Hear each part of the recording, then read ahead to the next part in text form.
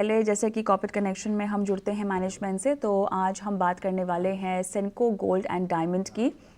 1994 में वजूद में आई ये कंपनी ज्वेलरी सेगमेंट में अपनी खास पहचान बना चुकी है।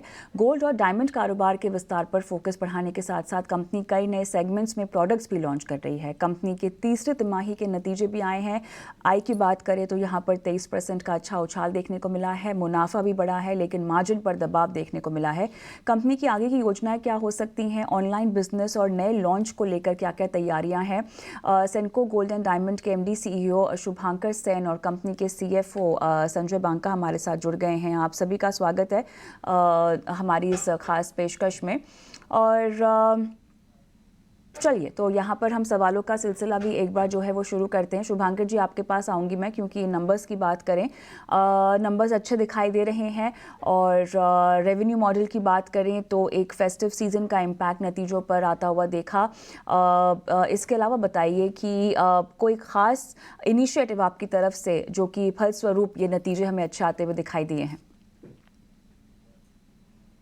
नहीं, देखिए, ये जो Q3 रहता है, ये आपका फेस्टिव सीजन के साथ क्लैश होता है। इसमें आपका धनतेरस रहता है, बहुत सारे जगह में Navratri, Durga Puja and also the wedding season जो नवंबर, दिसंबर, जनवरी में है, उसका भी बहुत ढेर सारा बाइंग्स होते हैं।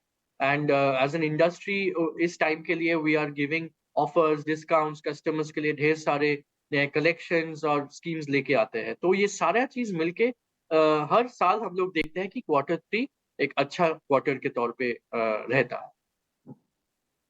और रजत सर हम मैं लोग एक का हाँ, ग्रोथ में आप देखेंगे तो 9 मंथ्स में ऑलमोस्ट 26-27% ग्रोथ आ गए हैं। एंड ये जो ग्रोथ लगा, ये ग्रोथ में गोल्ड ज्वेलरी का ग्रोथ 9% ग्रोथ है, पर डायमंड ज्वेलरी का ग्रोथ वैल्यू टर्म्स में 40% ग्रोथ है।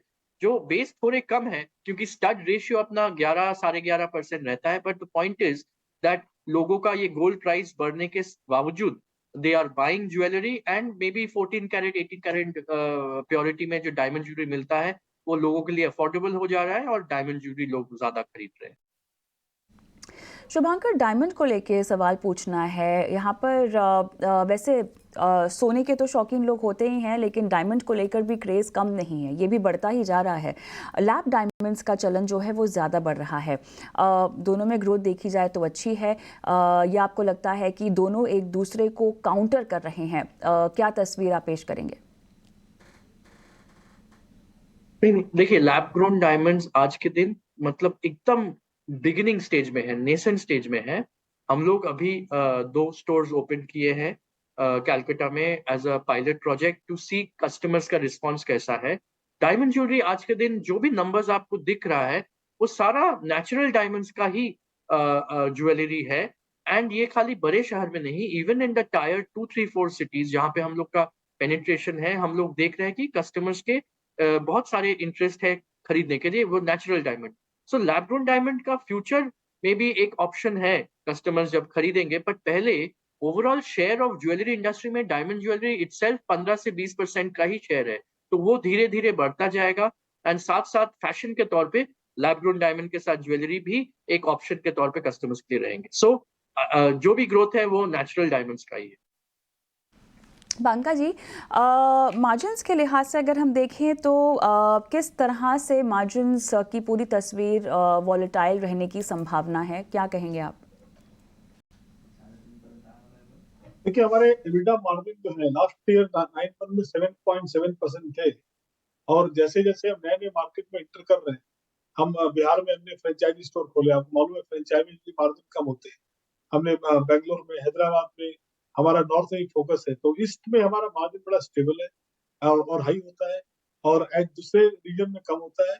और ओवरऑल जैसे मार्केट में कंपटीशन बढ़ रहा है, हमें नए मार्केट से कैप्चर करना पड़ रहा है, नए कस्टमर ले रहे हैं हम लोग, डायमंड का स्टड रेशियो बढ़ा रहे हैं, तो मार्जिन पे थोड़ा सा प्रेशर रहता है, 20-30 बेसिस पॉइंट। तो ये आपने ध्यान करीब करीब 60-70 बेसिस पॉइंट का है। बिकॉज हमने इस साल करीब 19 स्टोर खोल रहे हैं। स्टोर के सेटअप कॉस्ट है, अपने मैन पावर में इन्वेस्ट करना, because we are not looking only at 1 year, we are looking at next 30-40 years.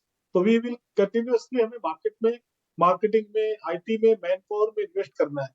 इसीलिए हम बोलते हैं कि सस्टेनेबल प्रॉफिटेबल ग्रोथ, कंपनी को लॉन्ग टर्म में अपने को देखना है जहाँ पर हमने लगातार कंसिस्टेंट लास्ट 3 साल से 19.5 से 20% का हमने रिटर्न ऑन नेटवर्क डिलीवर किया है, जो इंडस्ट्री में अमंग द टॉप 3 में आता है। चलिए शुभांकर जी, कुछ ब्रांचेस के बारे में हम बात कर लेते हैं। जब कोई नया ब्रांच खोलता है तो ब्रेक इवन होने में आखिर कितना समय लग जाता है? जैसे कि नॉर्थ और बंगाल में आपका सेटअप जो है वो काफ़ी बड़ा है, और वहीं की अगर हम बात करें तो किस तरह की स्थिति है ब्रेक इवन को लेकर और विस्तार योजनाओं को लेकर? देखिए डिपेंडिंग ऑन द लोकेशन, कहीं कहीं तो 1 साल में ही ब्रेक इवन हो जाता है और कहीं कहीं में 2 से 3 साल लग जाता है। तो 90% ऑफ दी स्टोर्स आप अश्योर्ड हो सकते हैं कि विद इन 3 इयर्स में ब्रेक इवन हो जाता है।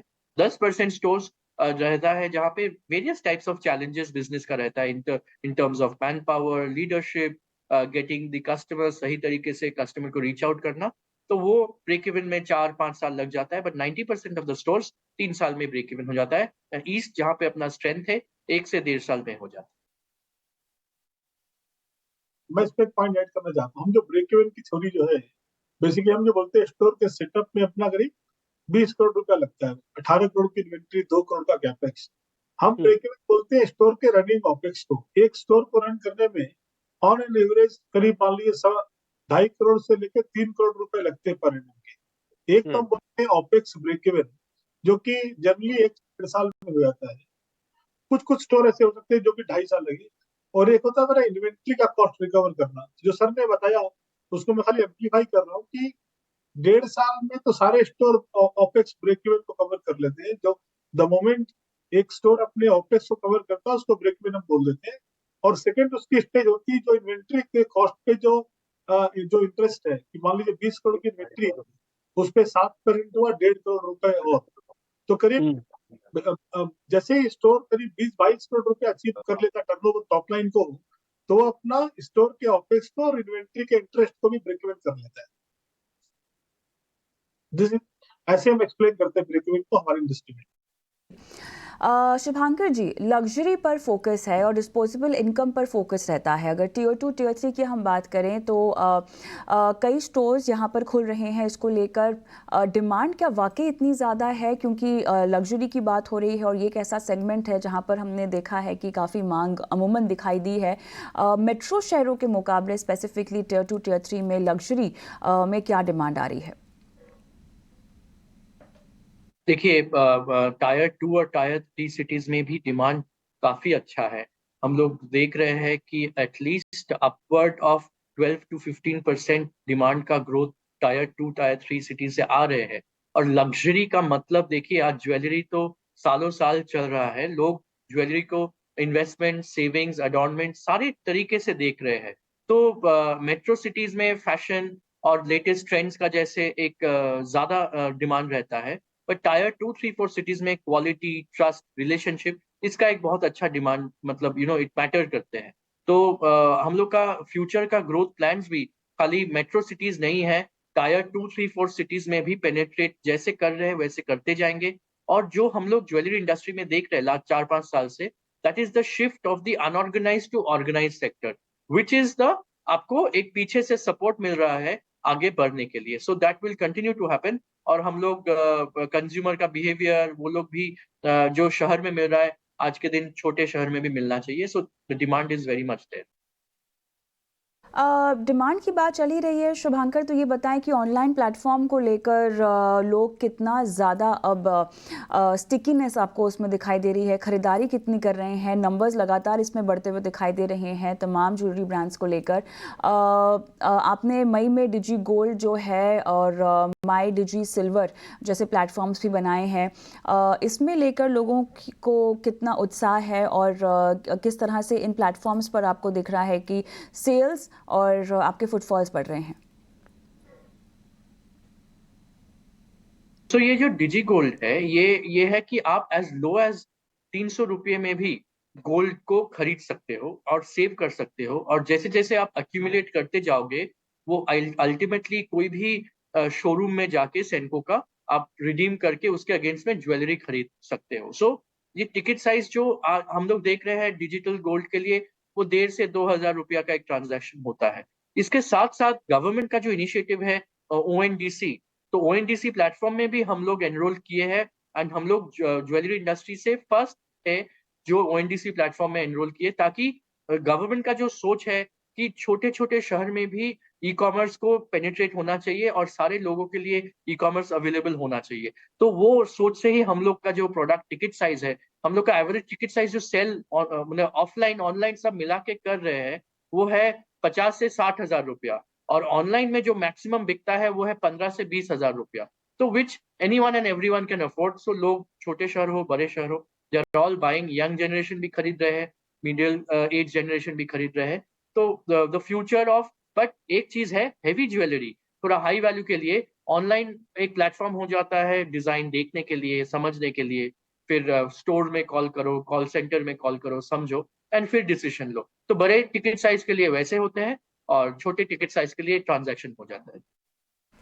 चलिए बंका जी, ये बताइए कि एक्सपेंशंस को लेकर, विस्तार योजना को लेकर तो बात चल ही रही है और कंपनी एसेट लाइट मॉडल अपना रही है, तो इसको लेकर आपकी योजना क्या है? इसी तरह आगे बढ़ने का इरादा है?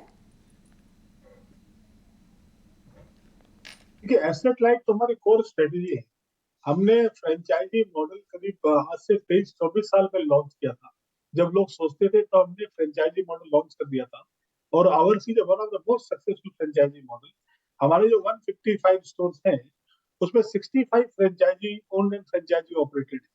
हाँ, हम लोग हमारा जो इस साल हमने जो ग्रोथ की, हमारी जो हंगर और डिजायर थी, तो हमने ओन स्टोर अधिक ग्रो कर दिए हैं, करीब 15 ओन स्टोर और 4 फ्रेंचाइजी। बट हम लोग एक क्या कि फ्रेंचाइजी सिलेक्शन हम केयरफुल है, हम एक लॉन्ग टर्म मॉडल खोज रहे हैं, क्योंकि हमारा 23 साल का एक अनुभव है। हम ऐसे शॉर्ट टर्म में फ्रेंचाइजी को सिलेक्ट नहीं करते, हम देखते हैं कि उसकी लॉन्ग टर्म की हंगर ग्रोथ है कि नहीं, वो एंटरप्रेन्योर है कि नहीं। वो सिर्फ capital, we are not looking for only capital. Capital तो आराम से मिल जाता है आज के मार्केट में, हमें बिजनेस पार्टनर चाहिए। तो हमारी फ्रेंचाइजी की स्ट्रेटेजी अलग है और हम बड़े स्टेबल तरीके से फ्रेंचाइजी खोज रहे हैं। आपने देखा है कि हमारे फ्रेंचाइजी टियर 3 टियर 4 में मोस्ट ऑफ हमारे फ्रेंचाइजी खुद दुकानें बैठते दुकान चलाते हैं। तो एक एक वो जो मॉडल हमारा है, उस हिसाब से हम उस तरह का फ्रेंचाइजी खोजते हैं। तो फ्यूचर में भी हम जो ग्रोथ की बात कर रहे हैं, हमने ये बोला कि 10 से 15 होम स्टोर और 8 से 10 फ्रेंचाइजी स्टोर, वो ट्रेंड हमारा फ्यूचर में गाइडेंस है, उसी हिसाब से फ्यूचर में भी ग्रो करेंगे। ऑलराइट, चलिए आप दोनों का ही बहुत बहुत धन्यवाद, शुभांकर और बांका जी, आपने समय निकाला और इतने विस्तार से तिमाही नतीजों पर बात की। आस्था के साथ जुड़ना चाहूँगी क्योंकि सेनको गोल्ड ने अपने तमाम पैमानों पर अपनी राय रखी हमारे साथ। आस्था, और जिस तरह से भले ही एसेट लाइट मॉडल हो, एक्सपेंशन हो, टियर 2 टियर 3 में लग्जरी को लेकर फोकस हो, सिल्वर और गोल्ड को लेकर इनके प्लेटफॉर्म्स हो, ये बताइए क्या कोई ट्रेड इनिशिएट करने की या कोई पोजीशन लेने की सलाह फिलहाल के माहौल को ध्यान में रखते हुए?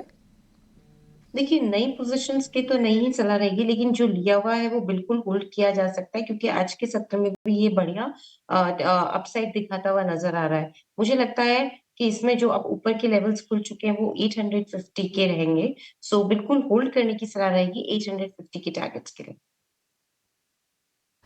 ऑलराइट।